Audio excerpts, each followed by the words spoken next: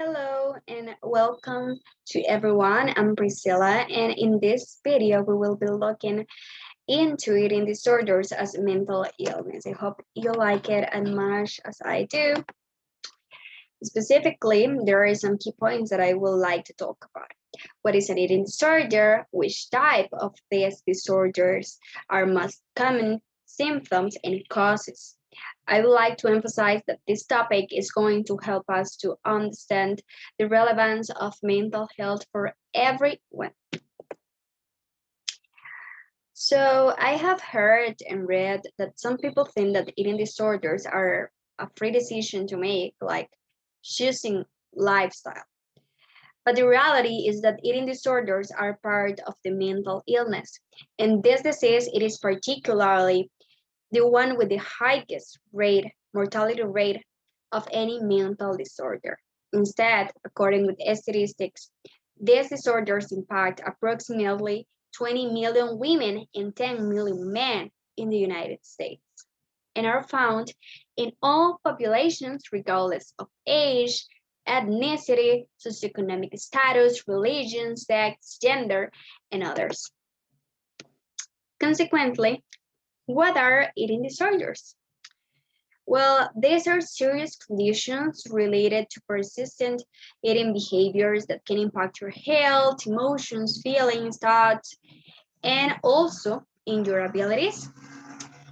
In fact, some specialists said that people who suffer from this condition sometimes use the control of food to cope with overwhelming situations, feelings, or emotions that they can't control by other ways. So they try to control the food to overcome with the situations that they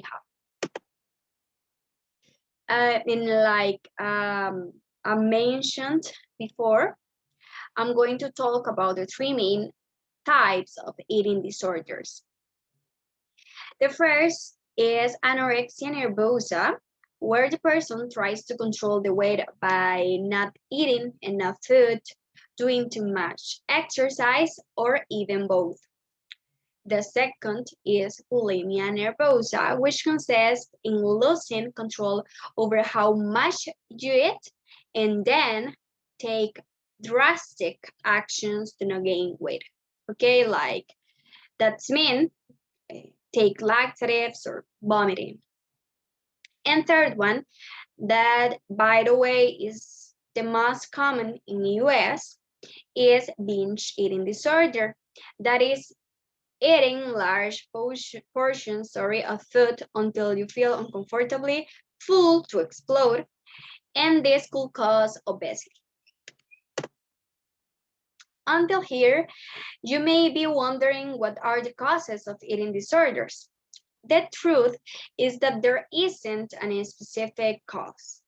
Those disorders are stemmed by or for genetic, biological, behavioral, psychological, and social factors, among other. So what I can point out is that people may trigger, right, an eating disorder for stress or stressors like moving to a new home, for new job, for relationship issues, for even, for example, if your family has a history of eating disorders, depression, drug drugs abuse, use of alcohol, even if you have been criticized for your eating habits, body shape, or weight, if you are constantly worried for being slim, if you feel so much pressure from society, right? That tell you that you have to be very slim or we have to be very slim to be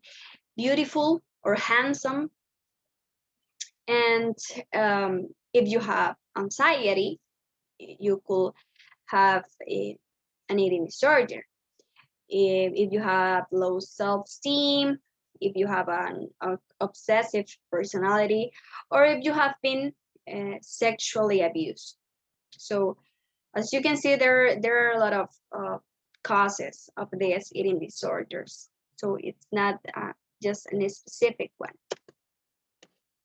Furthermore, it is important to know the symptoms that those disorders produce to identify when a person is suffering from it. Nevertheless, you should remember that most of symptoms are underlying, so we need to pay attention. Some of them, are preoccupation with food, with body shape and weight, severe doubts and emotions. Sometimes the people who suffer from this see themselves with overweight. Even when they are extremely slim, they start to restrict the amount of calories, they do excessive exercise, and also force themselves to vomit. They have episodes of eating large amount of food, they start to lose control over eating. They could have overweight or being obesity. They start to skip meals, and they always have like a persistent worry or complaining about being fat, and always are talking about losing weight. And also other symptoms, right, exist.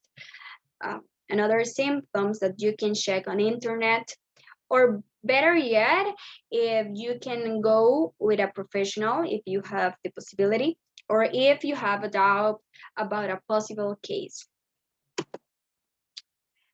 And with all this, as you can see, the eating disorders are mental illness that could impact negatively your life, our bodies, abilities, and feelings that we have. Instead, eating disorders can harm also the heart, the digestive system, bones, teeth, mouth, and also lead us, or some related of yours, to other disease.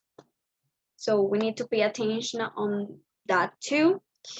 And in that sense, it is important that with the knowledge that we have right now, we take actions to start to promoting how relevant mental health is.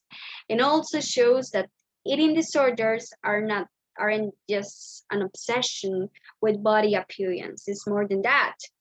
It is a mental ill that affects any person regardless age. So you could be a child, a youth, or an adult, that anyway you could have one of these um, disorders.